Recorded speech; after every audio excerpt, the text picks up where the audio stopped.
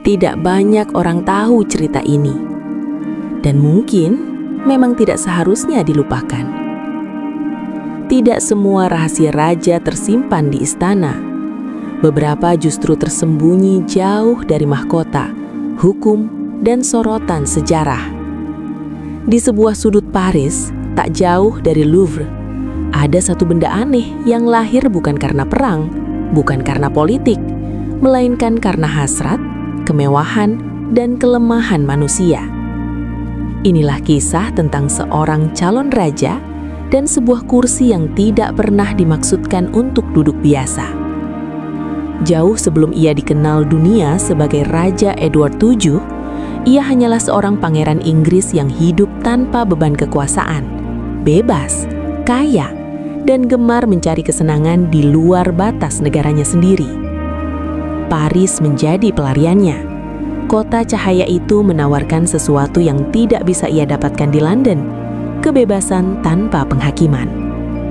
Di sanalah berdiri Le Chabani, rumah bordil paling terkenal dan paling eksklusif di Paris. Bukan tempat sembarangan.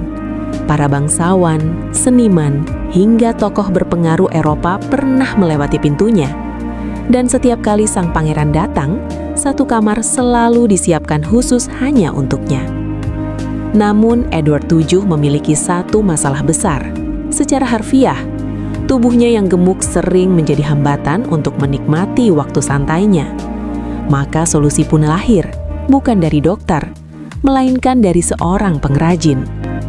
Louis Subrier, seorang pembuat kabinet ternama, diminta menciptakan sesuatu yang belum pernah ada sebelumnya. Hasilnya adalah sebuah benda unik yang kemudian dikenal sebagai The Chair of Love. Bukan sekadar kursi, bentuknya dirancang agar sang pangeran dapat bersandar, berbaring, dan bergerak tanpa harus menguras tenaga. Setiap lengkungan dan penopangnya dibuat dengan tujuan tertentu, kenyamanan maksimal bagi satu orang dan ruang bagi dua lainnya. Sebuah karya yang diam-diam mencerminkan sisi manusiawi seorang calon raja, penuh hasrat, lemah, dan sangat jauh dari citra agung yang kelak dikenang sejarah. Hari ini nama Edward VII dikenang sebagai Raja Inggris. Namun di balik buku sejarah yang rapi dan resmi, terselip cerita yang jarang diceritakan.